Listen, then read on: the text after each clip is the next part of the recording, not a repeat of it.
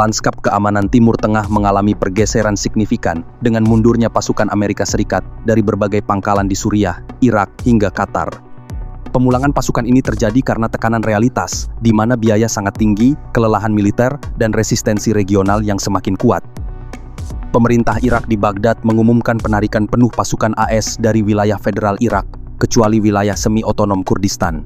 Basis militer utama seperti Al-Assad Air Base di Anbar, provinsi terbesar Irak, sudah ditinggalkan sepenuhnya, dengan kontingen terakhir AS yang telah pergi secara berangsur-angsur sejak akhir tahun 2025 hingga hari ini. Penarikan lengkap dari Baghdad bahkan direncanakan pada September 2026 mendatang, dan para penasihat NATO kemungkinan besar akan ikut angkat kaki. Jumlah tentara AS di Irak sekarang tersisa kurang dari 2.000 personal yang mayoritas tinggal di Erbil, Kurdistan. 3 lokasi penting seperti Green Zone, Victoria Base, dan markas Joint Operations Command akan diserahkan setelah peralatan selesai dipindahkan. Kendati demikian, Amerika Serikat membantah tudingan bahwa mereka mundur dari Timur Tengah, menyebutnya sebagai reposisi atau sekedar pengurangan di beberapa pangkalan, sebab 13.500 personel masih bertahan di Kuwait ditambah 3.000 tentara di Yordania. Jika digabung dengan pasukan di Bahrain, Uni Emirat Arab, dan negara lainnya, totalnya masih berada di kisaran 30.000 personel. Meski begitu, tak bisa dipungkiri bahwa pengurangan di sejumlah pangkalan tetap menunjukkan bahwa AS memang sedang menurunkan sebagian jejak militernya di kawasan tersebut.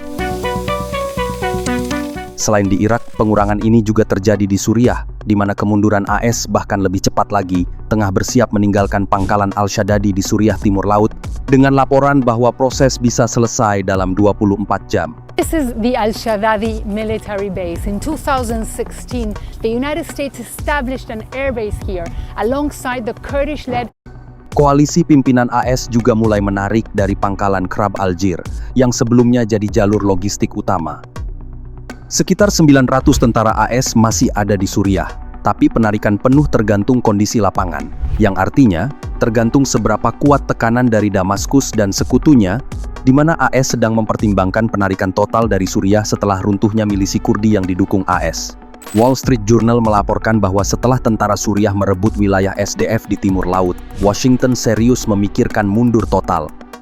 AS juga sedang memindahkan ribuan tahanan ISIS dari Suriah yang jumlahnya sekitar 7.000 orang. Sementara itu, di Qatar, yang merupakan basis utama AS di Teluk, terlihat hampir 40 pesawat AS hilang dari landasan pangkalan Al-Udeid dalam 2 minggu. Awalnya ada sekitar 40 pesawat seperti C-130 Hercules dan pesawat pengintai. Sekarang tinggal 3 unit, ditambah 27 tanker telah dipindah ke Eropa. AS dan Inggris mengurangi personel di Al-Udeid karena tensi dengan Iran, sebab khawatir terhadap serangan Teheran jika Trump nekat menyerang. Israel, sekutu paling dekat, minta Trump tunda serangan ke Iran, di mana Benjamin Netanyahu langsung hubungi Trump untuk tahan dulu karena takut Iran balas serang Israel. Anehnya, Israel dorong AS serang, tapi Trump really does not want to do it. Sebagaimana diketahui, AS habiskan triliunan dolar sejak tahun 2001 hingga saat ini, tapi sekarang mundur. Ingat Cedar Revolution Lebanon 2005 atau pemberontakan Irak tahun 1991, AS janji dukung tapi mundur. Sekarang diulangi lagi.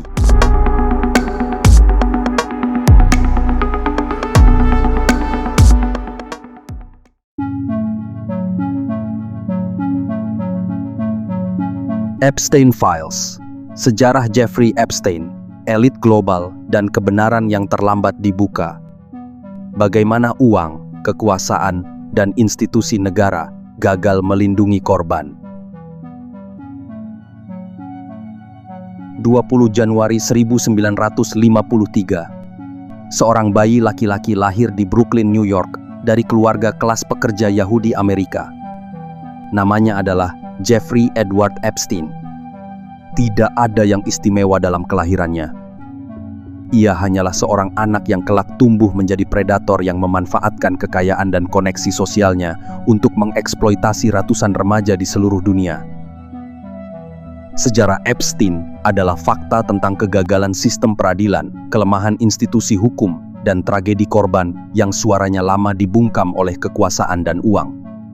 Ia adalah bagian dari plot untuk mengontrol kepala negara, selebriti, dan pengusaha melalui rekaman pemerasan di pulau pribadinya.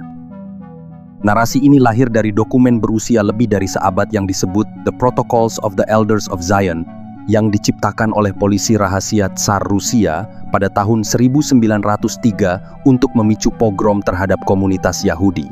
Sebuah protokol yang mengklaim adanya rapat rahasia para tetua Zionis yang merencanakan dominasi dunia. Ketika Epstein ditangkap pada bulan Juli tahun 2019, organisasi Yahudi terkemuka seperti Anti-Defamation League tidak membela Epstein. Mereka justru menegaskan bahwa kejahatannya adalah aib bagi siapapun, termasuk komunitas Yahudi. Organisasi Yahudi tersebut secara eksplisit menyatakan bahwa antisemitisme tidak berperan dalam penuntutan Epstein dan bahwa upaya mengaitkan kejahatannya dengan identitas Yahudi justru memicu gelombang kebencian terhadap Yahudi di seluruh dunia. Faktanya, Israel didirikan pada 14 Mei tahun 1948 melalui deklarasi kemerdekaan yang diumumkan oleh David Ben-Gurion di Tel Aviv, yang disahkan pada 29 November 1947, 16 tahun sebelum Epstein lulus SMA. Kronologi kejahatan Epstein sendiri terungkap secara bertahap melalui proses hukum yang transparan. Pada tahun 2005, polisi Palm Beach, Florida mulai menyelidiki laporan seorang ibu yang curiga putrinya dibayar $300 untuk menemani Epstein di rumahnya yang megah di El Brillo Way. Investigasi mengungkap pola yang mengerikan, di mana Epstein merekrut remaja melalui pencari bakat seperti Ghislaine Maxwell, putri taipan media Inggris Robert Maxwell, yang mendekati korban di mal, sekolah, atau melalui teman korban lain.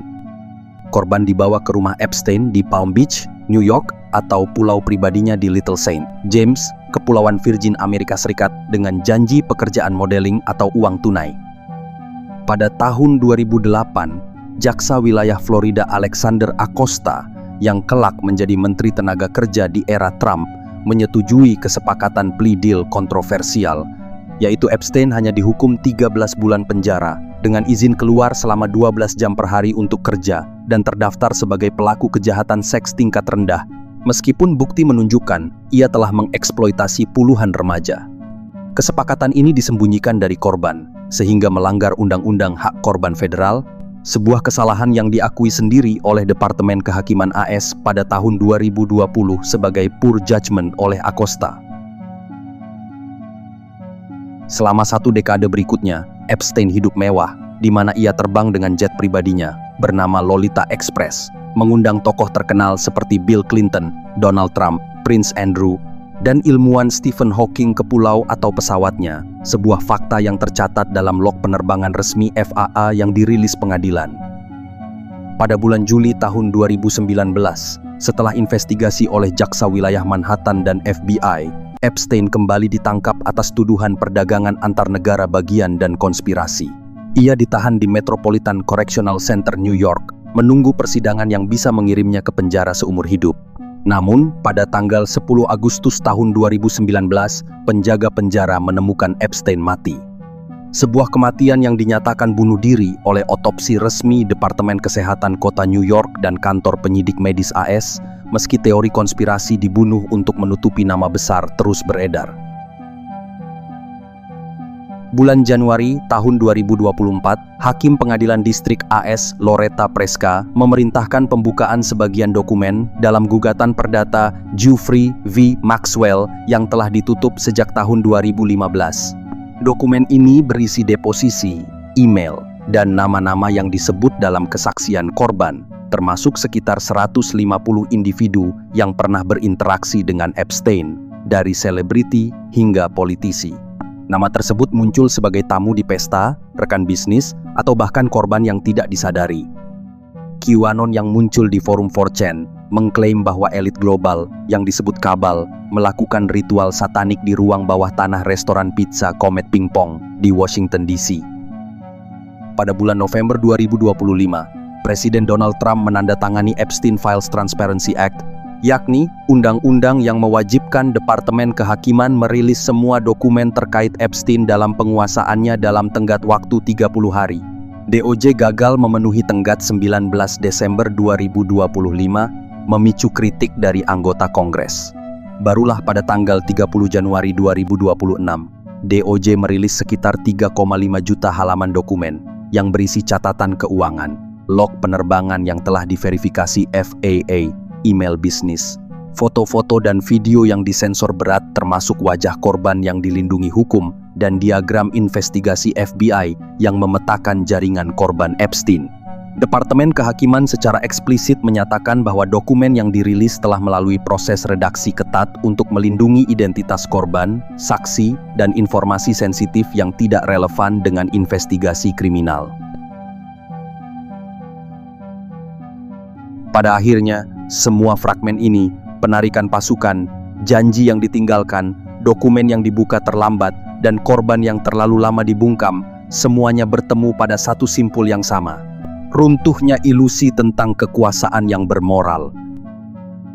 Amerika Serikat mundur dari Timur Tengah dengan alasan reposisi, sementara kebenaran tentang Epstein baru dibuka setelah nyawa hilang dan waktu habis. Sejarah berulang bukan karena kebetulan, tetapi karena pola. Ketika biaya terlalu mahal, ketika risiko terlalu besar, kekuasaan memilih pergi, meninggalkan puing, trauma, dan pertanyaan yang tak pernah dijawab. Tahun 2026 melihat bahwa imperium bisa lelah, hukum bisa tunduk, dan kebenaran, betapapun akhirnya muncul, hampir selalu datang terlambat bagi mereka yang paling membutuhkannya.